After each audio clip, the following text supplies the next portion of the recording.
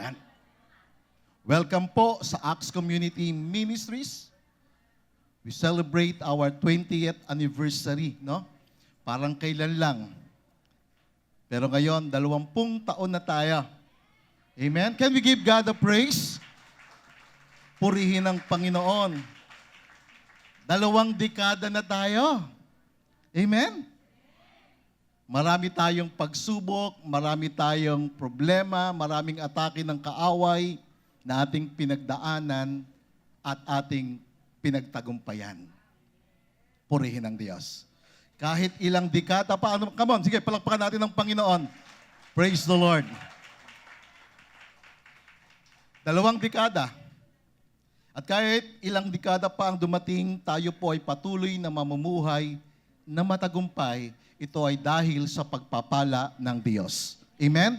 Palakpakan natin ng Panginoon. Praise the Lord. It's all about the blessing of God in our lives. It's about His faithfulness, His goodness, His blessing in our lives. Ito ay dahil sa pagpapala ng Panginoon. Sabi sa Ephesians chapter 1, verse 3, Blessed be the God and Father of our Lord Jesus Christ, who has blessed us. Who has blessed us. Kaya sabihin mo sa katabi mo, ikaw ay pinagpala. He has blessed us. We are blessed already with every spiritual blessing in the heavenly places in Christ. We are blessed.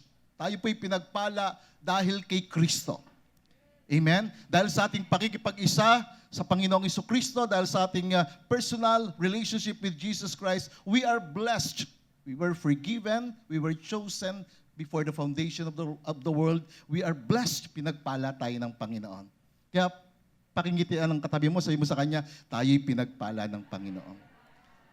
Praise the Lord. And sabi ng Galatians chapter 3 verse 9, those who are of faith, silang mga nasa pananampalataya, they are blessed with believing Abraham. Amen? Ikaw na nasa pananampalataya, ikaw na mayroong personal na ugnayan sa Panginoong Hesus, tayo na sumasampalataya sa Kanya, tayo ay pinagpala ng Panginoon. Amen? Can we give God the praise? Praise the Lord. We are blessed because we believe, because we have this personal relationship with the Lord Jesus Christ. And the Bible says, again in Proverbs 10 verse 22, the blessing of the Lord. That blessing is the source of all the blessings. That blessing is the ultimate blessing of God, of the Lord. And it brings true riches. True riches spiritually, physically, financially. And the Bible says, He adds no sorrow to it. Kapag ang Diyos nagpala sa iyo, hindi siya magdadagdag ng kalungkutan. Ang pagpapala na galing sa Diyos, walang kasamang kalungkutan. Amen? Sapagkat ito'y galing sa Diyos. Purihin ang Panginoon. Can we give Him the praise? So therefore, based sa ating mga binasa, we have the blessing of the Lord. We are under the blessing of the Lord, and we become a blessing. We are declared blessed to be a blessing. Amen? Tayo po ay diniklara na pinagpala upang maging pagpapala sa iba. Ikaw na anak, maging pagpapala ka sa magulang mo. Ang magulang maging pagpapala sa mga anak. Ikaw mismo, maging pagpapala ka sa pamilya mo. Maging pagpapala ka sa iyong community. Maging pagpapala ka sa iyong mga kamag-anakan. Amen? Why? Because we are blessed. Tayo po ay pinagpala. So sabihin natin nun. Sabihin natin yon. I am blessed. I am blessed. I am blessed. I am blessed. I am blessed. I am blessed. Amen? Palakpakan natin ng Panginoon. Hallelujah. Purihin ng Diyos. Bakit natin sinasabi ito? May kapangyarihan sa pagsasalita. Life and death are in the power of the tongue. Kapag anuman ang sinasabi natin, ito'y mangyayari sa atin. You must believe and declare the word of God in your life. Say it, I am blessed. Amen? Ako'y pinagpala. Ako'y pinagpala. Amen? Pagkasabi sa katabi mo, ikaw ay pinagpala. Ako ay pinagpala. Tayong lahat ay pinagpala.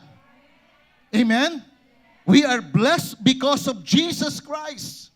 We are blessed because of what Jesus has done for us. You see, the blessing of the Lord is upon us. Kaya ako naintindihan ko ito eh. Naintindihan ko yung pagpapala ng Diyos. Ako'y nasa ilalim ng pagpapala ng Diyos. Ako'y diniklarang pagpapala. And I will be a blessing to others. So the blessing of the Lord be with you. Amen? Pagkasabi sa katabi mo, the blessing of the Lord be with you. Sagutin mo naman, and so with you. Amen? Purihin ang Panginoon. Now, since we are celebrating the 20th anniversary of Acts Community Ministries, tingnan natin yung biblical meaning of the number 20. The biblical meaning of the number 20 is completeness and sufficiency. Take note of that. Completeness, yung kaganapan, at yung kakayanan. The word completeness refers to being whole, lacking nothing. Diba? Na ikaw ay buo, walang kulang sa iyo. Bakit? Kasi pinupunuan ka ng Panginoon. Amen? Ang Diyos ang nagsusupply sa iyo. Ang Diyos ang nagbibigay sa iyo ng kaganapan. So, yun ang ibig sabihin ng biblical number ng 20. It's about completeness. And in 1 John chapter 5, verse 11, ganito sabi ng Bible, the testimony is this. Ito ang ating patoto. God has given us eternal life. We already possess it. And this life is in His Son. Itong buhay nito ay nasa kanyang anak, nasa Panginoong Jesucristo, resulting in our spiritual completeness and eternal companionship with Him. So, ang buhay ng Panginoong Hesus ay nasa atin because we have this personal relationship with Jesus Christ. And His life is in us. We already possess it, resulting into our spiritual completeness. So ang Panginoong Hesus ay nagpupuno sa atin. Siya ay nagbibigay ng kaalaman. Siya ay nagbibigay ng karunungan. Siya ay nagbibigay ng kalakasan. Siya ay nagbibigay ng kasariwaan ng buhay, ng kagandahan ng buhay. Now, the word life in Greek is zoe. Sabihin natin zoe, which means the absolute fullness of the blessed life that comes from the Lord Jesus, resulting in our spiritual completeness. Kaya sabi ni Jesus, sabi sa Bible, sabi niya, ang sino mang sumampalataya sa akin, magkakaroon ng buhay. Buhay na walang hanggan. Yung buhay na yon galing sa Panginoon. The reason why we're here, tayo po ay sinusuplayan, pinapalakas, pinapatibay ng buhay ng Panginoon. It is the absolute fullness of the blessed life. If you have Jesus Christ in your heart, in your life, you have this what we call life, Zoe life, the absolute fullness of the blessed life that comes from the Lord Jesus. Can we give Him the praise? So yung buhay na masagana, buhay na mapayapa, buhay na malakas, pinagpala, yun ay galing sa Panginoon. Yun nagbibigay ng completeness sa atin. Kaya ang ganda ngayon, celebrate natin yung 20th anniversary. Ano ba ibig sabihin ng 20? Why we celebrate 20? Kasi ito na yung 2 dekada na tayo. At sa 2 dekada na ito, kinukumpleto tayo ng Panginoon. Pagkasabi sa katabi mo, kinukumpleto ka ng Panginoon. Ayan. Siya nagbibigay sa iyo ng kaganapan, ng kabuuan. Purihin ng Panginoon. And the word sufficiency, it means the ability or competency to do a thing. Ito ay isang kapangyarihan, kakayanan na galing sa Panginoon para magawa mo yung pinagagawa ng Diyos. By the way, bawat isa sa atin merong assignment, merong task. Hindi aksidente na pinanganak ka sa mundong ito. Merong purpose ang buhay mo. Amen? May layunin ang buhay mo. At dahil may layunin ang buhay mo, merong plano ang Diyos sa iyo, ang Panginoon nagbibigay ng sufficiency. Nagbibigay sa iyo ng kakayanan. At ito'y pagpapala ng Diyos sa atin. Kapangyarihan, kakayanan niya, na binibigay sa atin upang magawa natin yung assignment natin. Yung gawain na pinagagawa ng Panginoong Hesus sa atin. That's why the Bible says in 2 Corinthians chapter 3, verse 5, second sentence, it says, our sufficiency is from God. Amen? Yung ating kakayanan galing sa Diyos. Yung aking kalakasan, galing sa Diyos. Yung aking kaalaman, galing sa Diyos. Yung aking buhay, galing sa Diyos. Ang iyong buhay, galing sa Diyos. Amen? Can we give Him the praise? All that we have comes from God. Lahat galing sa Diyos. Siya yung nagbibigay ng completeness. Siya yung nagbibigay sa atin ng kakayanan. It's all about the blessing of God is upon us for us to live this kind of life, a blessed life of completeness and sufficiency. Amen? So today, as we celebrate our 20th anniversary, I declare that the direction of the Lord and His revelation to our church is for us to enjoy the blessed life of completeness and sufficiency from God for the next 20 years or more. Do you believe that? Naniniwala po kayo? I declare it. I believe it. I believe, therefore I speak. Anumang bagay na pinaniniwalaan ko, akin itong sinasabi. At sinasabi ko ang pinaniniwalaan ko. I declare that the direction of the Lord, yung patnubay ng Diyos sa atin, yung kapahayagan ng Panginoon sa iyo, sa bawat isa sa atin, mamuhay tayong pinagpala. Mamuhay ka na walang kulang sa iyo. Mamuhay ka na tinutugunan ng Panginoon ang mga pangangailangan mo. Pinalalakas ka, pinapatibay ka ng Panginoon, at ikaw ay pinalulusog ng Panginoon. Amen? Purihin ang Panginoon. Hallelujah. I'm so excited to share the Word of God today because the Bible says in Proverbs 29 verse 18, it says, where there is no vision, no revelation of God and His Word, the people are unrestrained. Kapag walang kapahayagan, walang pangitain, walang revelation mula sa Diyos at sa Kanyang salita, ang mga tao ay naguguluhan at kung saan-saan sila pumupunta. But the Bible says, happy and blessed is he who keeps the law of God. Now, the word unrestrained means without control. Kapag isang tao wala siyang pangitain, wala kang kapahayagan mula sa Panginoon, walang kontrol ang buhay mo. Kahit na sino ang humila sa iyo, sasama ka. Walang direksyon ang buhay. Walang plano ang buhay. Ganon ang mga taong walang pangitain, walang kapahayagan na mula sa Panginoon. They are unrestrained, without control, easily swayed by the winds of the world. You see, ito yung mga tao na walang vision, wala silang revelation mula sa Diyos. They are unrestrained.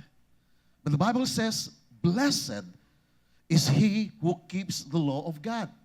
Meaning, blessed is he who keeps the word of God. The word keep in Hebrew is shamar. Sabihin natin, shamar. Na ang ibig sabihin to observe, to obey.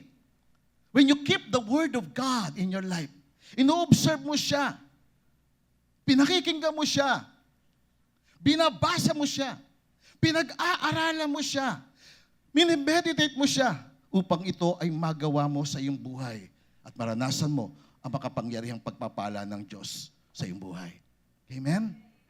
Again, in another translation, in God's Word translation, Proverbs 29 verse 18, it says, without prophetic vision or revelation, people run wild. Think about this. Kapag ang mga tao wala silang prophetic vision from God, walang revelation from God, nagiging wild sila. Kaya maraming tao wild di ba? Kung saan-saan sila pumupunta, kung ano-ano ginagawa nila, wild yung buhay nila. Marahas yung buhay nila, magulo ang buhay nila. But the Bible says, blessed are those who follow God's teachings. Pinagpala yung mga sumusunod doon sa aral ng Panginoon. Amen? Can we give God a praise? They are blessed who follow the teachings of God. They are blessed who follow the teachings of the Word of God. Pinagpala. Kaya I love the Word of God. I love the Word of God. I love God and I love His Word because blessed are those who follow, who obeyed the teachings of God. Now listen carefully. The word blessed or blessed in Hebrew is barak. Sabihin natin, barak. Na ang ibig sabihin, consecrated or set apart for God's blessing. Wow. When the Bible says you are blessed, ilagay mo sa isipan mo that you are blessed. Put it in your heart that you are blessed. Because you have that faith in Jesus Christ. Because you believe in God. Therefore, you are blessed. Lagay mo sa isipan mo yan. Be aware of the blessing of God. Be aware that you are blessed. And the word blessed, it means you are set apart. Hiniwalay ka para sa pagpapala ng Diyos. Amen? Naniwala kayo doon? You are set apart for God's blessing. You are consecrated for Him. Another word for the word blessed, it means you are favored or endowed with special advantages. Wow. So when the Bible says you are blessed, ikaw ay pinagpala, ikaw ay favored. Merong special advantages sa'yo. Do you believe that? Naniniwala po kayo? Naniniwala po kayo? Ako'y naniniwala sa sinasabi ng Biblia kasi ako ay naniniwala sa salita ng Diyos. Pinangahawakan ko, pinaniniwalaan ko ang salita ng Diyos sapagkat ito nagbibigay ng kapahayagan. Nagbibigay ito ng prophetic vision and revelation that those who keep it, observe it, and obey it, they are blessed. So blessed or blessed are those who follow God's teachings. They are consecrated, set apart for God's blessing. Kaya makikita mo yung taong sumusunod sa Panginoon, mayroong personal relationship kay Jesus, talagang kakaiba yung buhay niya. Blessed siya, pinagpala siya. Kaya yung buhay ko kakaiba sa aking mga kapatid. Kakaiba sa aking mga kamag-anakan. Bakit? Kasi consecrated ako, set apart ako for God's blessing. Pakisabi sa katabi mo, ikaw din. Ako din. Amen? Paniwalaan mo talaga mo sa isipan mo na those who are in faith, they are blessed with believing Abraham. Si Abraham, siya yung father in faith. Siya yung blessed sa kanyang kapanahunan. Pinakamayaman sa kanyang kapanahunan. Pinagpala siya ng Diyos. At lahat ng sumasampalataya sa Diyos, katulad ni Abraham, pinagpala ng Panginoon, consecrated for God's blessing. Favored by God. That the favor of God will follow you and will stay with you and be with you. Special advantages from God. Another word for the word blessed. It means gifted with divine grace that releases the power through the confession of the word of God. You are gifted. No, gifted ka. Kumbaga, merong kang regalo ng makalangit na biyaya ng Diyos. Na yung biyaya ng Diyos, ito yung nagre-release ng kapangyarihan ng Diyos sa iyong buhay sa pamagitan ng pagko-confess. Paniniwala na ikaw ay pinagpala. Na iko-confess mo that I am blessed. Kaya sabi ko sa inyo kanina, I am blessed. And we declare it, I am blessed. No, sabihin nyo lagi, ako sa umaga, sinasabi ko, I am blessed. I have the blessing of God, and I am blessed to be a blessing. There's power in confession. Another definition of the word blessed or blessed is being empowered, favored, and anointed by the Spirit of the living God. This is the power of the blessing. That you are empowered, that you are favored, that you are anointed by the Spirit of the living God for you to prosper and becoming successful in every area of life through the obedience of confessing the Word of God. Amen? Na ikaw ay pinalakas, binigyan ng kapangyarihan sa pamagitan ng biyaya ng Diyos, ng grasya ng Diyos, ng grace ng Panginoon. You are favored, you are anointed by the Spirit of the living God. Amen? Do you believe that? Come on, let's give God a praise. Praise the Lord. I believe it. And I say it. I believe, therefore I speak.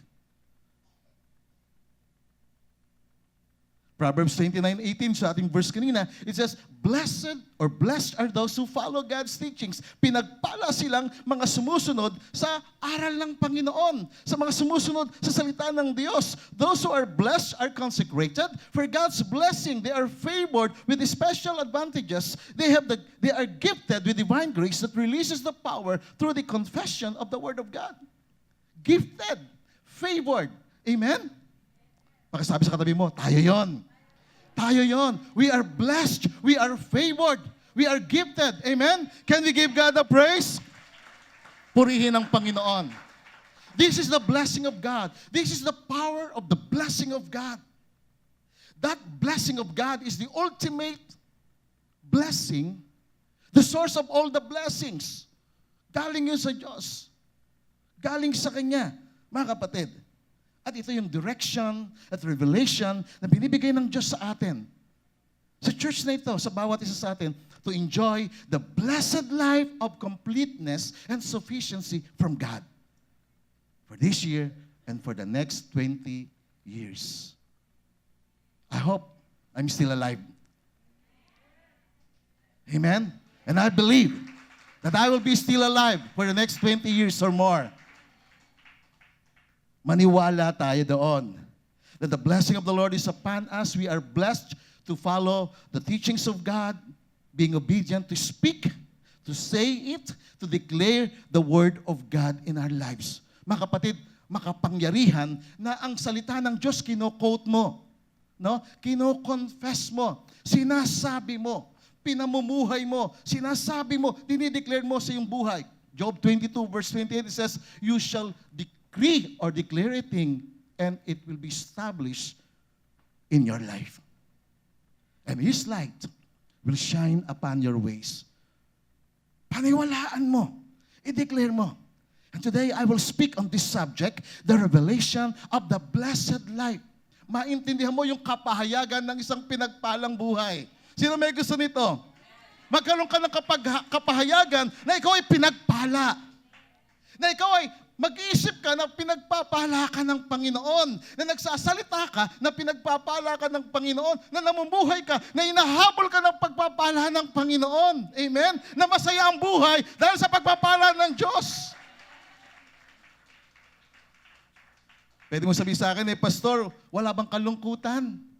The Bible is telling us, Proverbs 10, di ba? 22. The blessing of the Lord makes us rich. And He adds no sorrow with it. Pag ang Diyos nagbigay ng pagpapala, hindi siya nagdadagdag ng kalungkutan. Purihin ang Panginoon. You see, the revelation of the blessed life is a realization. Take note of that. Realization, awareness, understanding of the principles, practices, and values that comes from the Lord and from His blessing. Ma-realize mo, kapatid. Maintindihan mo, kapatid. Maunawaan mo. No? Magkaroon ka ng kapahayagan. Magkaroon ka ng pagkaunawa, no? ng kalinawan, ng enlightenment sa iyong buhay tungkol sa mga prinsipyo, sa mga pamamaraan, doon sa mga values na galing sa Diyos, galing sa Kanyang pagpapala. You see, the blessed life that we are talking about, it is a life of faith through the confession of the Word of God. Ang pinagpalang buhay ay isang buhay pananampalataya. Sumasampalataya ka sa Diyos, kaya ka pinagpala. At patuloy na pinagpapala. At dahil ipinapahayag mo, kino-confess mo yung salita ng Diyos sa iyong buhay. Therefore, the blessing of God will manifest in your life. Because you confess. Once you confess, it will manifest in your life. Mahayag ito. Are you with me? Naniwala po ba kayo doon? Sabi ng Bible, Proverbs 10 verse 6, sabi riyan, blessings are on the head of the righteous. Ang pagpapala nasa ulunan ng mga matutuwid na tao. Pero yung violence, yung kaguluhan, yung kasamaan, it covers the mouth of the wicked. Kaya nga, life and death are in the power of the tongue. And those who indulge on it shall eat the fruit of it. Anumang bagay na sinasabi mo, mangyayari sa'yo. That's why the righteous, they are blessed. Blessings are on the head of the righteous, but violence covers the mouth of the wicked. So yung taong lagi nagsasalita ng sumpa, ng masama, no? May violence sa buhay niya. Hahabulin siya lagi ng kasamaan. Hahabulin siya lagi ng karasan. Walang may gusto nun sa atin. Amen? Kaya, pakisabi sa katabi mo, kapatid. Kapatid, sabi mo sa kanya, kapatid. Pakiusap. Mag-ingat ka sa iyong pagsasalita. Ingatan mo ang mga salitang lumalabas sa iyong bibig. Because whatever you confess, it will manifest. Anumang bagay na sinasalita mo, ito'y nahayag sa iyong buhay. Ang taong matuwid, sabi sa Tagalog, ay pinagpapala. Ngunit ang bibig ng masamang tao ay nakakapinsala. Ang tao nagiging masama dahil sa masamang lumalabas sa kanyang bibig. For out of the abundance of the heart, the mouth speaks. Kung ano nasa loob, ito yung lumalabas. Kung sa loob niya, naroon yung karasan, naroon yung pagsisinungaling, naroon yung kasamaan, lalabas sa bibig. Kaya nga sabi diyan, ang taong matuwid, pinagpapala. Bakit pinagpapala ang taong matuwid? Kasi ang taong matuwid lagi nagsasalita ng pagpapala. Matutuwid na salita, mabubuting salita. Pero ang bibig ng masamang tao, nakakapinsala. And most of us, sa ating paglaki, ang malimit na nakakasakit ng ating kalooban ay yung mga magulang, sorry for this word, na nakapagbibigay ng masasakit na salita sa mga anak. O si kuya o si ate o ang sino man sa kapatid. But praise the Lord, because of our relationship with Jesus, we were forgiven. Amen? We were forgiven. Pinatawad tayo ng ating Panginoon. But take note of this, through your words, you can build up, and through your words, you can destroy. Tandaan natin yan, mga kapatid. Sa pamagitan ng iyong salita, nakaka-build up ka ng tao, ng buhay, pero sa pamagitan ng iyong salita, nakakapinsala, nakakasira ng buhay. Proverbs 11, verse 11. Basahin natin na malakas. Ready? Go! Of the upright, the city is exalted, but it is overthrown by the mouth of the wicked. Sa Tagalog, basahin natin na malakas. Ready? Go! Sa pagpapala ng matuwid,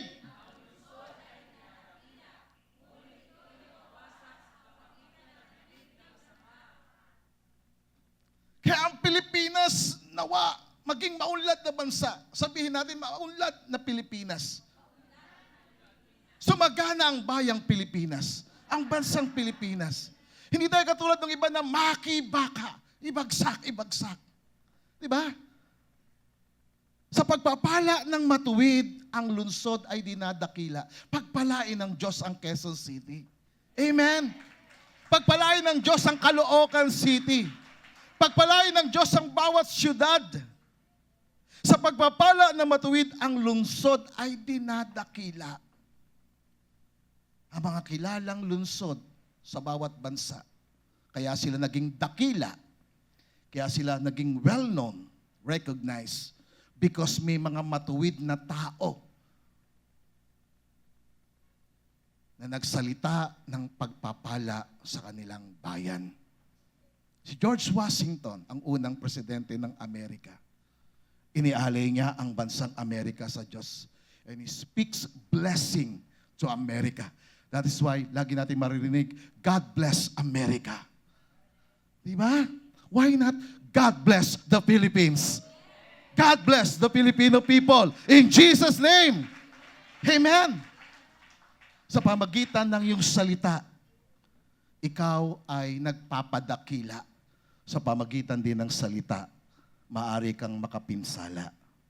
You see, the blessing is through the word. It is the pronouncement of the word. Kaya nga, if you will read the Bible, di ba, si Jacob, diniser niya yung blessing ng tatay niya. Ano yung blessing ng tatay niya? Just one word. The pronouncement of the blessing. Just one word. The blessing. Abraham received the blessing of God. When God said to him, I will bless you. In you, all the families of the earth shall be blessed. God declared the blessing. The blessing is through the word. It is the pronouncement of the word. The spoken word is the declaration of God's blessing.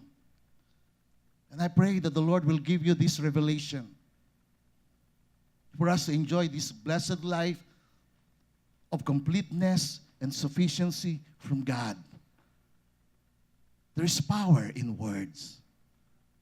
The spoken word is the declaration of God's blessing. Kaya throughout the generation, ang Diyos lagi siya nagpapala. Di ba? In Genesis 1:28, and God said, and God blessed them. Genesis 1:26, God said, let us make man in our image. Genesis 1:28, God said, and blessed them. God blessed them and said, be fruitful, multiply, replenish the earth, subdue, and have dominion. Ano nangyari pagdating ng Genesis chapter 3? Pumasok ang sumpa. But again, in Genesis chapter 6, Noah found grace in the eyes of the Lord. Noah means comfort. Dahil nung pumasok ang kasalanan, naging uncomfortable ang buhay ng tao. And in Genesis chapter 9, and God blessed Noah through the spoken word. God declared the blessing. And after Noah, to Abraham. At kay Abraham, kay Isaac. Just the word of God. The word of blessing. Mga kapatid, napakahalaga ng sinasabi kong ito. And I pray that the Lord will give you this understanding, this enlightenment. I pray that the God of our Lord Jesus Christ, the Father of glory, may give you the spirit of wisdom and revelation in the knowledge of Him, that the eyes of your understanding being enlightened. Ma-enlighten ka. Maintindihan mo that there is a revelation that God is giving us. Fasten your seatbelt. This is the word of God saying to you. Isaiah 51, verse 15, it says, I am. God said, I am the Lord your God, who divided the sea, whose waves roared. The Lord of hosts is His name. Sabi niya, ako ang Panginoon mong Diyos na nagpapakilos sa dagat, na ang mga alon ay umuugong, ang Panginoon ng mga hukbo, ang kanyang pangalan. God is speaking to this verse. And God said in verse 16, and I have put my words in your mouth. I have covered you with the shadow of my hand. Sabi niya, inilagay ko ang aking mga salita sa iyong bibig, at ikaw ay aking tinakpan sa lilim ng aking kamay, that I may plant the heavens, lay the foundations of the earth, and say to Zion, you are my people. God said, I am the Lord your God. Ako ang Panginoon mong Diyos, and I have put my words in your mouth. God said, I have put my words in your mouth. When I received the Bible, God put His words in my mouth. When you receive His word, God put His words in your mouth. The Lord said, I have put my words in your mouth. Listen carefully, mga kapatid. Ang ganda nito. The word, words, the English word, words, in Hebrew is the bar, na ang ibig sabihin, His speech, His decree, meaning His declaration, His business, His acts in our mouth. So yung business ni Lord, para makagawa siya sa mundo, makakilos siya sa mundo, ito ay sa pamagitan ng bibig ng tao. His business, His acts, His declaration is through the mouth of those people who are blessed. Those people who receive the blessing. Those people, silang mga tao na namumuhay na matuwid. God said, I have put my words, my speech, my decree, my business. Si Lord is still in the business of doing good things. Hanggang ngayon, si Lord, gumagawa siya ng mabuti. At gumagawa siya ng mabuti sa pamagitan ng kanyang salita na nasa bibig ng tao. Through your words, you can build up. Through your words, you can destroy. See, the Word of God is in our mouth. Pagkasabi sa katabi mo, ang salita ng Diyos ay nasa iyong bibig. And God said, I have covered you with the shadow of my hand. Tinakpang kita sa lilim ng aking mga kamay. Now, the word shadow in Hebrew is chel. Nang ibig sabihin, under His power and protection. His power and protection is His blessing upon us. So, yung shadow ng kanyang kamay, ito yung kapangyarihan. Ito yung pagpapala ng Diyos na nagbibigay ng kapangyarihan at pag-iingat sa buhay ng isang tao. Are you with me? God said, I have covered you with the shadow of my hand. We are under His blessing, we are under His power and protection. For what reason? Bakit sinabi ng Diyos na I have put my words in your mouth and I have covered you with the shadow of my hand? Anong dahilan? The Bible says, the Lord said, that I may plant the heavens, lay the foundations of the earth. Think about this, mga kapatid. I hope and I pray that you will get this revelation, these insights, this understanding. In Genesis chapter 1, when God created the whole universe was created. And on the seventh day, nagpahinga siya. Ibig sabihin, natapos na ng Panginoon lahat ng kanyang mga nilikha. Bakit sinasabi rito?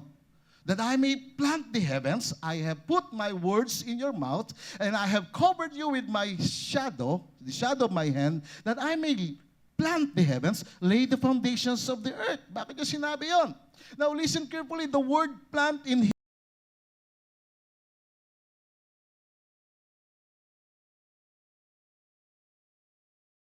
establish ko yung heavens. Ma-fix ko yung hindi tama. Yung hindi tama. Now, the word lay in Hebrew, shakad, also means to establish and to fix the foundation. You see, through the word of God in our mouth, that is why God said, sabi ng Panginoon, inilagay ko ang aking mga salita sa iyong bibig para ma-establish mo yung langit sa buhay mo. Yung langit sa pamilya mo. Maitatag yung pagpapala ng Diyos. That is why when Jesus said, Our Father who art in heaven, hallowed be your name, your kingdom come. Let your kingdom come, let your will be done. Mangyari sa amin yung iyong paghahari, yung iyong kalooban. That is the reason why God put His words in your mouth for you to declare. Heavens, maideklara mo yung pagpapala, maideklara mo yung langit sa iyong buhay, sa iyong pamilya. Amen? Are you with me? Ma-establish sa buhay mo ang langit. Magkaroon ng langit sa pamilya mo. Kasi kapag ang salita ng Panginoon nasa iyong buhay, nagkakaroon ng changes sa paligid. Nag-iiba yung atmosphere whenever you use the Word of God. Whenever you declare the Word of God, na-establish yung langit. Ito ang kailangan natin. Na ang langit ma-establish sa ating buhay.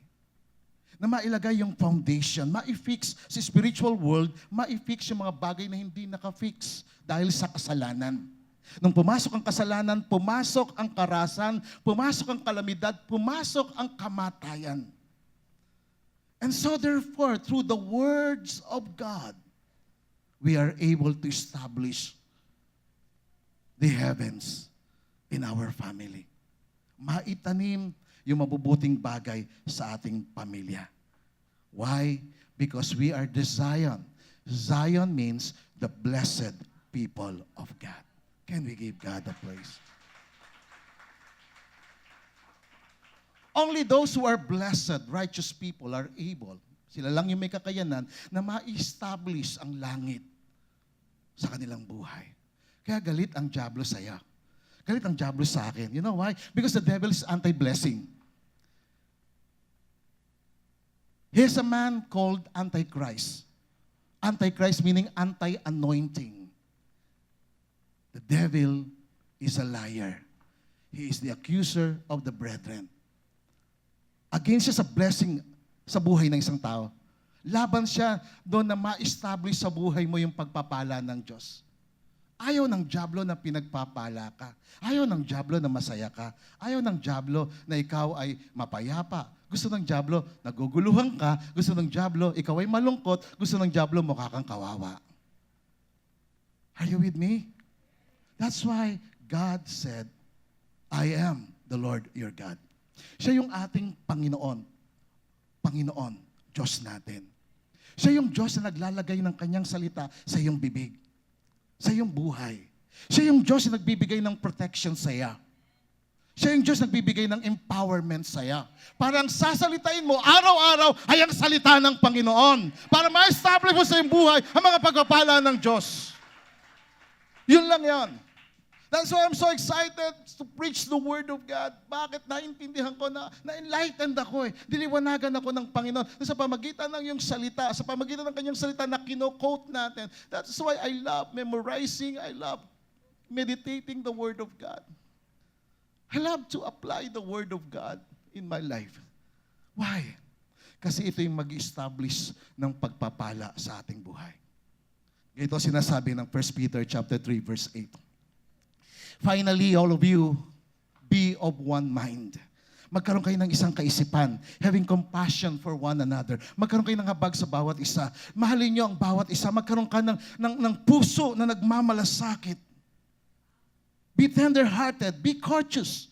Verse 9, it says, not returning evil for evil or reviling for reviling. Na kapag may nag-akusa sa'yo, naggalit sa'yo, nagmura sa'yo, huwag mo siya gagantihan ng ganun din klase.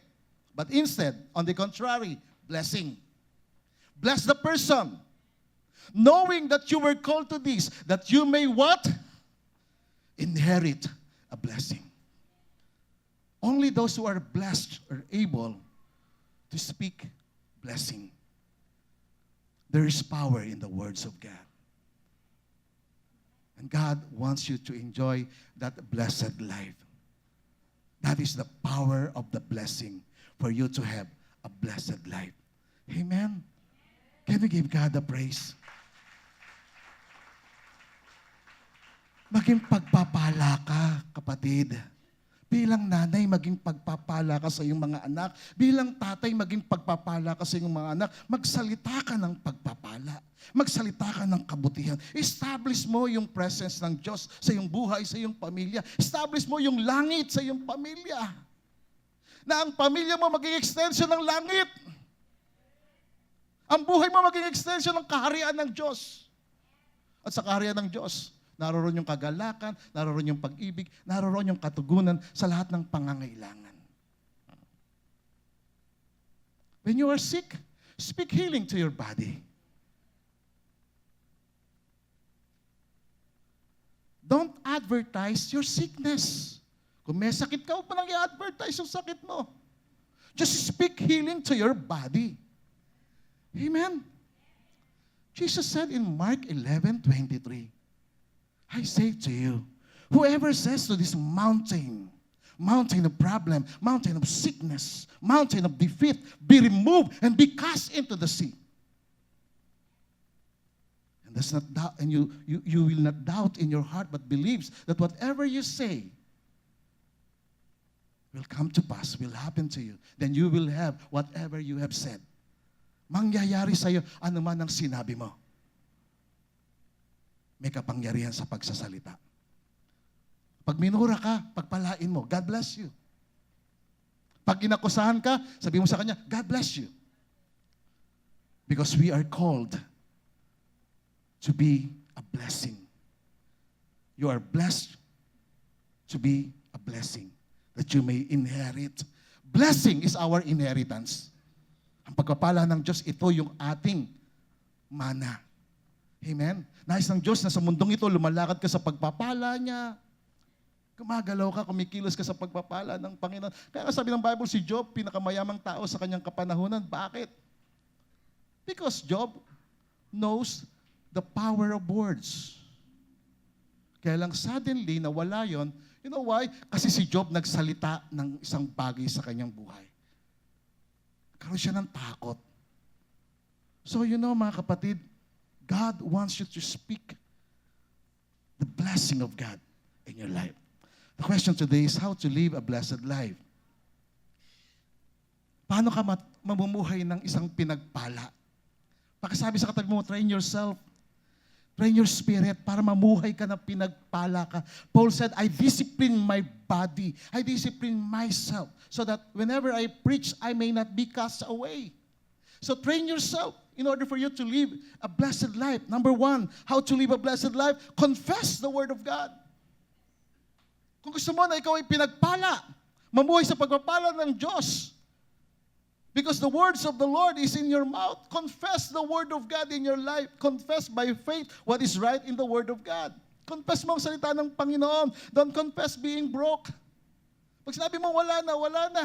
I remember one time, yung isang babaeng byuda, lumapit siya sa isang propeta, sabi niya, wala na kaming pag-aari. Ang aking mga anak gagawin ng katulong. Lumapit siya sa propeta, sabi ng propeta sa kanya, ano meron kayo sa bahay ninyo? Sabi niya, meron kaming kapirasong lalagyan ng langis. Sabi ng propeta sa kanya, pumunta ka sa iyong mga kaibigan, sa iyong mga kapitbahay, manghiram ka ng lalagyan. 2 Kings chapter 4, sabi sa kanya, manghiram ka ng mga lalagyan. At yung kanyang mga anak, nanghiram ng mga lalagyan sa kanyang mga kapitbahay. At habang nanghiram sila ng lalagyan, lahat ng mga lalagyan na kanilang hiniram na puno ng langis. At sabi ng nanay sa kanyang anak, meron pa anak na lalagyan. Sabi ng anak, Ma, wala na. Nung sinabi ng anak na wala na, tumigil na yung pagdaloy ng langis. Bakit? Kasi nag-confess siya ng wala na. Don't say wala na. Say, may darating pa. May pagpapala ng Diyos. Amen? Confess the Word of God in your life. Pangalawa, commit yourself to the Word of God. Commit yourself. Commit mo yung sarili mo sa salita ng Panginoon. Commit only to what you say. No? Just commit yourself to the Word of God. And third, create the atmosphere of the power of the Word of God in your life. I-create mo yon. Lumikha ka ng isang atmosphere na ang kapangyarihan ng Diyos ay mananahan at mananatili sa iyong buhay. Create the atmosphere. Did you know that you have the power to create your atmosphere? Meron kang kapangyarihan. Pag nagalit ka, nainis ka, nagdabog ka, nagkikreate ka ng galit. Di ba? Lalo na yung mga bata, yung mga kabataan na sinabi sa kanya nanay niya, anak, magugas ka ng pinggan. Ayan, nagbabago yung atmosphere. Di ba? You have the power to create your atmosphere. Pagka merong isang taong galit na galit sa'yo, at ikaw naman ay kalmado ka, and you are praying to God, Lord, I declare your goodness upon my life. Nagbabago yung atmosphere. Merong isang tao galit na galit sa akin, hindi ko alam bakit siya galit na galit sa akin. Hindi ko alam bakit siya galit na galit sa akin. Hindi ko alam kung mas pogi ako sa kanya o... Pero galit na galit siya sa akin. Hinaharas niya ako. 7 times na nagpunta sa bahay namin, talagang hinahanap ako. Galit na galit siya sa akin. At ang ginawa ko, pinabarangay ko siya. No? Kailangan din natin lumapit sa barangay. At doon sa barangay, pinagharap kami. At sa barangay na yan, kalmado ako. And I'm praying to God. You know, when you pray, you are asking, you are requesting, you are calling for something that do not exist. That is prayer. Ako'y nanawagan na ma-establish yung magandang atmosphere. Yung tao na, galit na galit sa akin, when I ask and call for the atmosphere of goodness, of being relaxed, of the atmosphere of the loving presence of God, the atmosphere of the love of God, suddenly, yung mukha ng tao na galit sa akin, nagbago yung kanyang mukha. At sinabi ko sa kanya, alam mo, kahit hindi ka pa nagsasabi sa akin ng patawarin mo ako, pinatawad na kita. You know why? Because of the blessing of God upon my life. I am blessed to be a blessing. Praise the Lord. So how to be a blessed person? How to live a blessed life? Confess the Word of God. Commit yourself to the Word of God. Create the atmosphere. Amen?